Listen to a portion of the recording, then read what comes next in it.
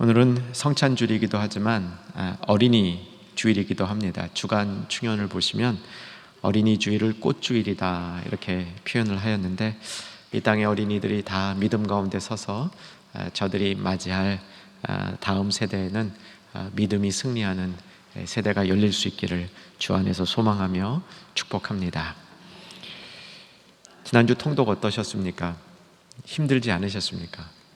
보통은 레위기가 통독의 고비라고들 말하지만 구약학자들의 견해에 의하면 구약 성경의 수면제는 역대상이라 얘기를 합니다. 이유는 족보 때문입니다. 족보가 처음부터 막 시작이 돼서 9장까지 그냥 계속 족보로만 이어지는데, 이거 참 인내가 필요해도 많이 필요합니다. 이 족보라는 게 그렇습니다. 이것을 아는 게 보통 어렵지 않습니다. 그 내용을 다 이렇게 이해하는 게. 그리고 그걸 이해하고 싶은 동기부여도 잘 안 생깁니다. 내 족보도 모르는데 남의 족보 이렇게 생각이 드는 거죠. 그래서 오늘은 특별히 오늘 말씀은 그 족보 가운데 있는 특별한 내용 하나를 뽑았는데, 성도님들이 제법 많이 아는 이 구절입니다. 야베스의 기도라고 알려져 있는 구절이죠. 족보 가운데 나옵니다. 어느 지파의 족보냐면 유다 지파입니다. 유다 지파가 12지파 중에서도 매우 중요한 지파죠.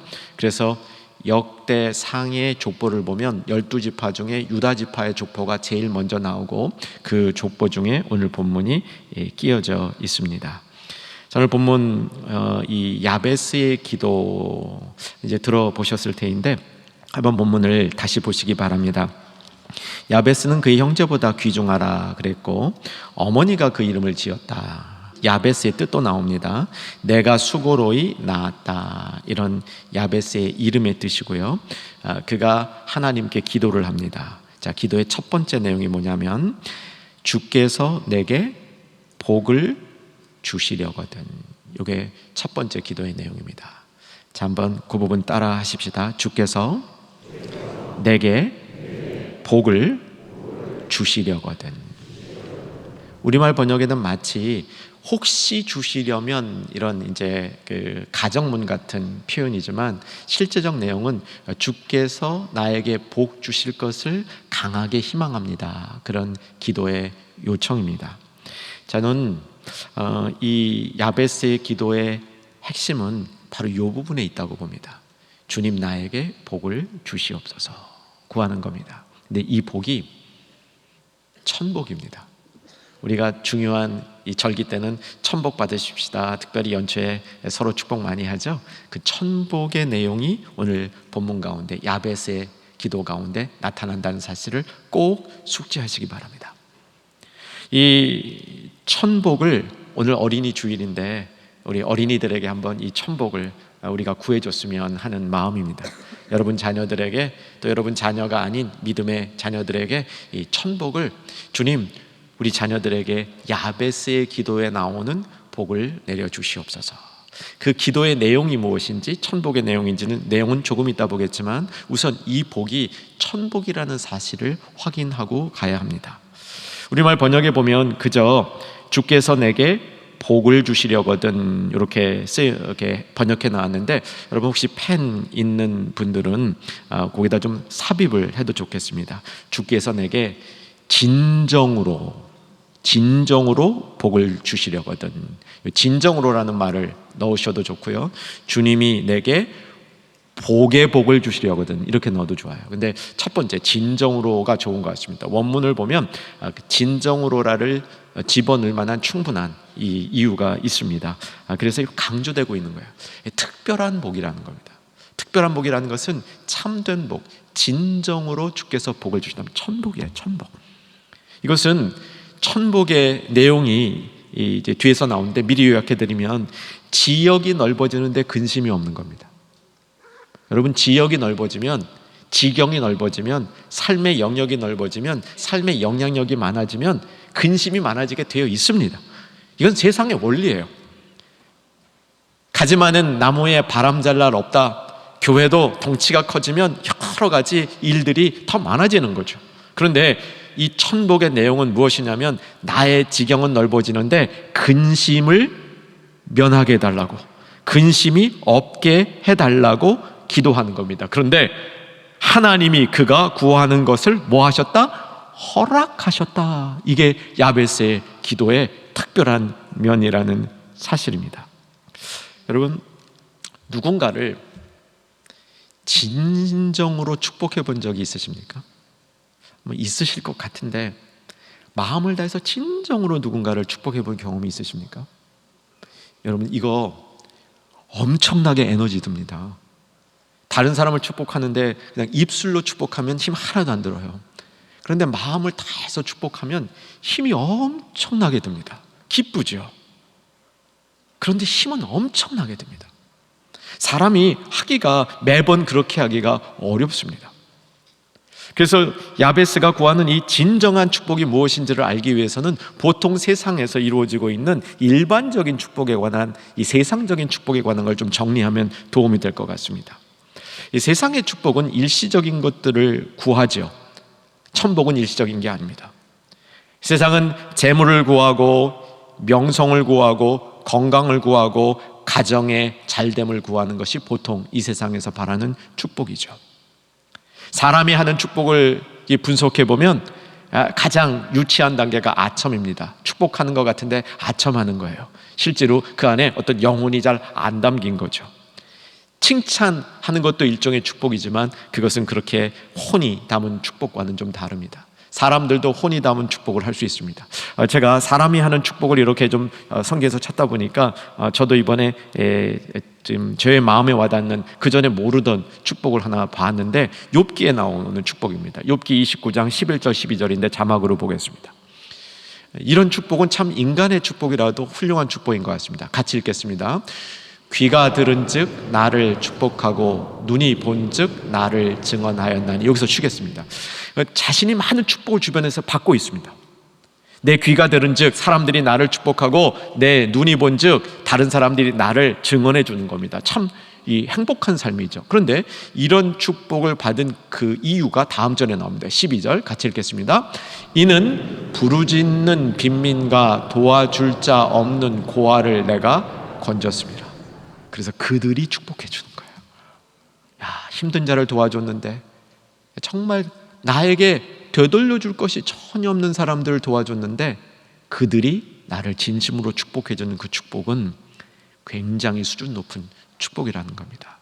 어쩌면 사람이 할 수 있는 축복 가운데는 가장 그 상위의 축복이 아닌가라는 생각을 합니다. 그런데 오늘 야베스가 하나님께 구하고 하나님으로부터 받은 축복은 그것보다도 더 높은 축복입니다. 그래서 주님, 저를 축복해 주시기를 소망합니다. 그런데 사람의 축복 아니고 어떤 축복이냐면 진정으로 복을 내려 주시옵소서. 사랑하는 여러분, 이런 축복을 주님 앞에 구할 수 있는 저와 여러분 되기를 소망합니다.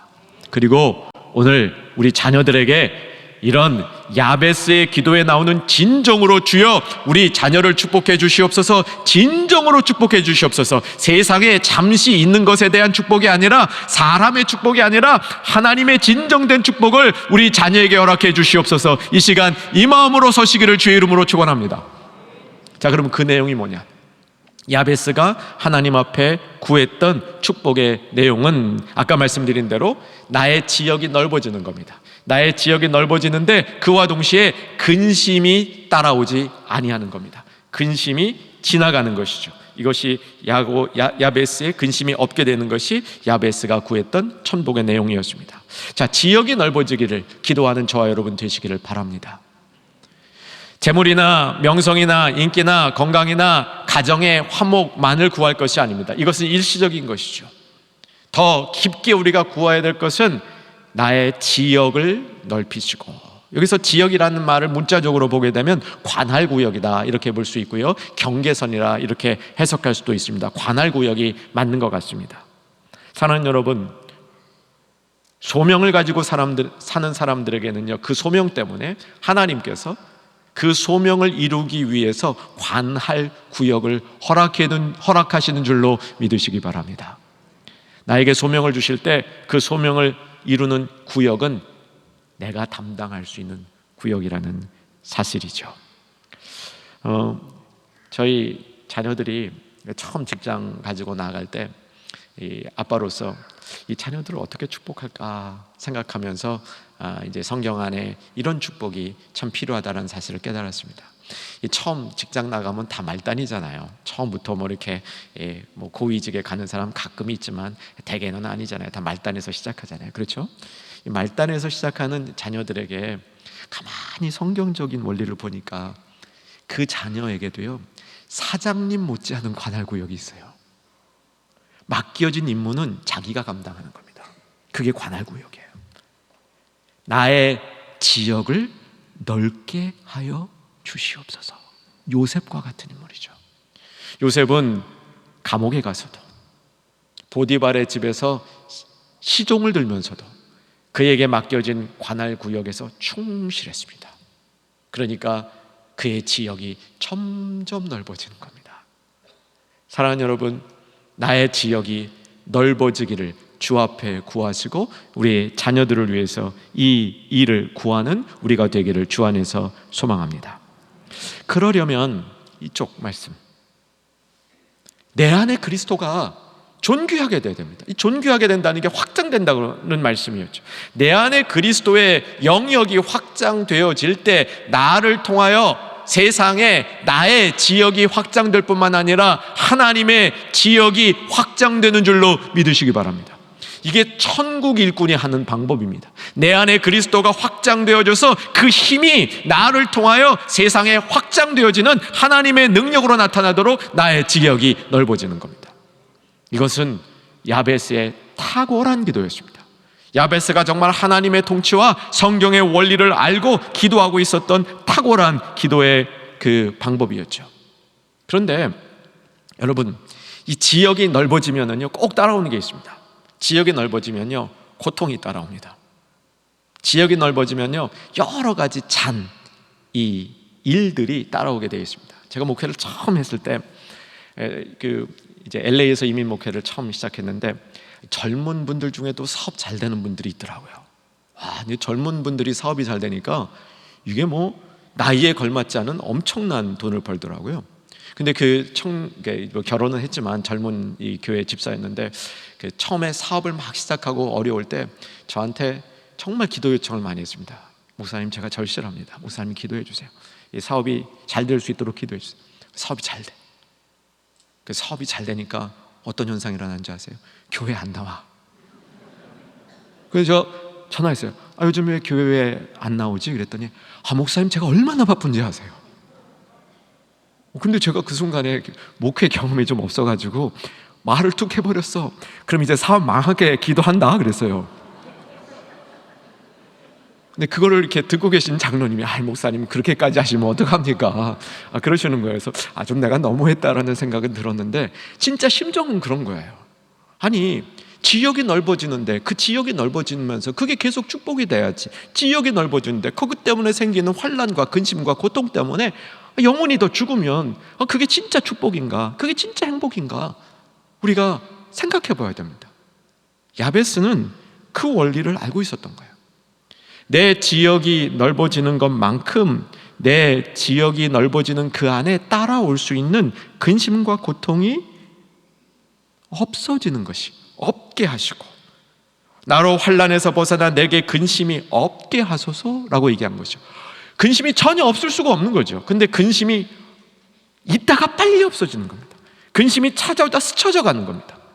이것이 천복의 특징이라는 거예요. 진정 나를 하나님이 축복하시려면 내가 지경이 넓어져서 영향력이 많아지고 가진 것이 많아지는 그것에 만족하지 말게 하시고, 그것 때문에 생기는 여러 가지 영적으로 쇠퇴할 수 있고 삶이 망가질 수 있는 그 요소로부터 나를 지켜주시옵소서.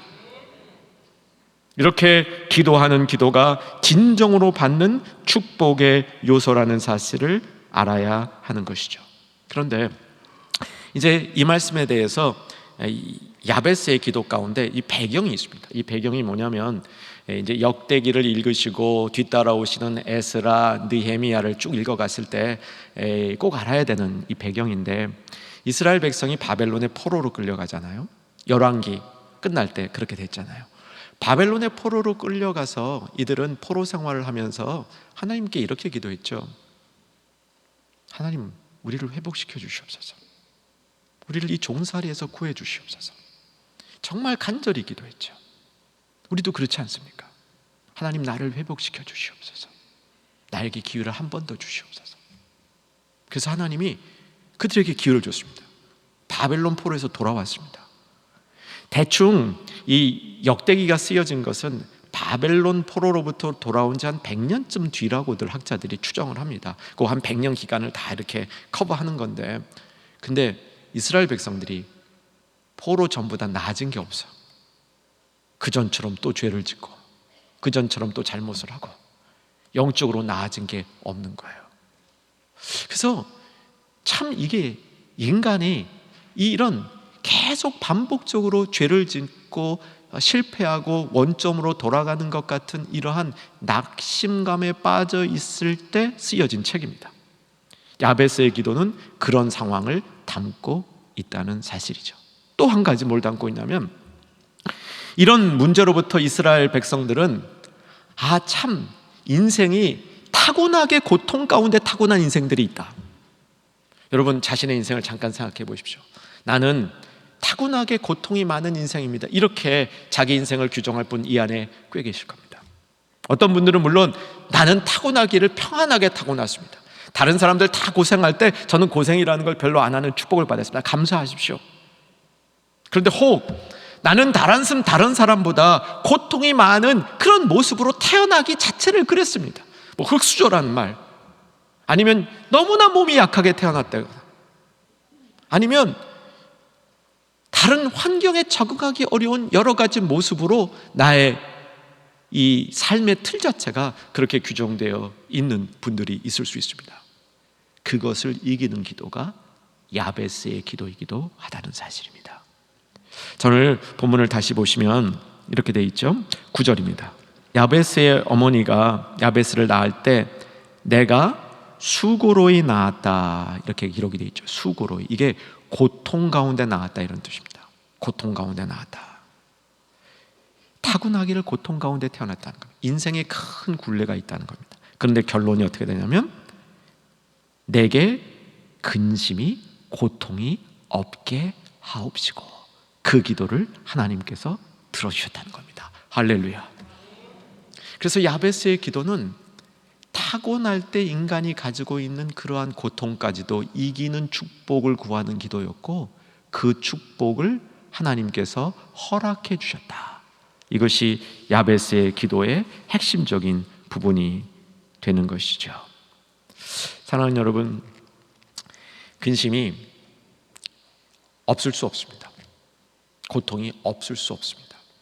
그런데 이 고통을 지나가는 방법의 축복을 받으셔야 됩니다. 윌리엄 쿠퍼라는 18세기 영국의 나라의 대표적인 시인이면서 이 찬송가 작사자가 있습니다. 윌리엄 쿠퍼가 쓴 이제 이 시 가운데 슬픔의 길 오로지 이 길만이 슬픔이 없는 곳으로 안내한다 라는 시가 있습니다. 멋진 시죠. 사랑하는 여러분, 하나님 앞에 진정으로 축복받는 것을 구하는 저와 여러분이 되었으면 좋겠습니다. 우리의 이름이 사람의 입에 무수히 오르내리면 무슨 소용이 있습니까? 하나님이 인정 안 해주신다면. 내 이름이 대리석이나 황금판에 새겨져 있다면 그 무슨 소용이 있겠습니까? 만약 어린 양의 생명책에 그 이름이 기록되어 있지 않다면. 사랑하는 성도 여러분, 허울 많은 축복이 아닌 진정한 축복을 우리가 누릴 수 있기를 주 안에서 소망합니다. 이제 말씀을 정리합니다. 자, 야베스의 기도는 예수님을 바라보는 그런 기도였다. 리딩 지저스 영상 가운데 나오는 부분이죠. 이 부분은 잘 언뜻 생각하면 이해될 것 같지만 잘 파악해 보지 않으면 꼭 그렇게 쉽게 이해되지 않습니다. 야베스의 기도에 어떻게 예수님이 담겨져 있는가? 사랑하는 여러분, 인생의 고통이라는 큰 굴레, 야베스의 환경처럼 내가 성화되고 싶지만, 내가 좀 더 나은 사람이 되고 싶지만 계속해서 똑같은 모습으로 내가 반복적으로 잘못하고 연약한 가운데 있는 나의 모습, 이것을 어떻게 이길 수 있는가? 결국 이 문제는 예수님을 통해서 이길 수 있다. 이것이 성경이 주는 답입니다. 여러분, 고통이 있으시면 그 고통을 예수님과 함께 통과하시기 바랍니다. 그럴 때 그 예수님을 통해서 고통이 시작도 없는 것이 아니라, 고통이 나에 머물지 아니하며, 환난이 나를 붙들지 아니하며, 근심이 나의 주인이 되지 아니하는 세계 속으로 예수님께서 인도해 주실 것을 확신합니다. 이제 진정한 축복이라는 것이 무엇인지를 정의하고 말씀을 마치겠습니다. 여러분, 진정한 축복은요, 외적으로는 다양한 모습으로 나타납니다. 사람마다 진정한 축복을 받은 모습이 다양하게 나타납니다. 그런데 내적으로는 공통점이 있습니다. 진정한 축복은 성령께서 우리의 영혼을 다루심으로 일어납니다. 성령께서 우리의 영혼의 깊은 곳까지도 다스리시고 그것을 만지실 때 진정한 축복이 시작이 되어지는 것이죠. 진정한 축복이 있는 곳에 나타나는 또 한 가지 현상은 우리가 예수 그리스도께 나아간다는 사실입니다. 내가 예수 그리스도께 나아가는 것은 그리스도께서 우리를 이끄시기 때문이죠. 그리스도께서 못 박힌 손으로부터, 갈보리에 피 묻은 나무로부터 우리에게 주시는 축복이 천복의 핵심이라는 사실입니다. 오늘 이것을 경험하는 성찬이 될 수 있기를 주 안에서 소망합니다. 진정으로 축복을 받은 사람은 마지막으로 하나님을 영화롭게 하는 삶을 삽니다. 진정한 축복의 힘은 내가 잘 되는 것으로 끝나지 아니하며 내 삶 전체가 하나님을 영화롭게 하는 그 자리로 나를 이끌어준다는 사실을 기억했으면 좋겠습니다. 여러분, 세상에 복 받으시는 것 좋습니다. 그런데 진정한 축복을 받아 누리시는 저와 여러분 되기를 주 안에서 소망하며 축원합니다.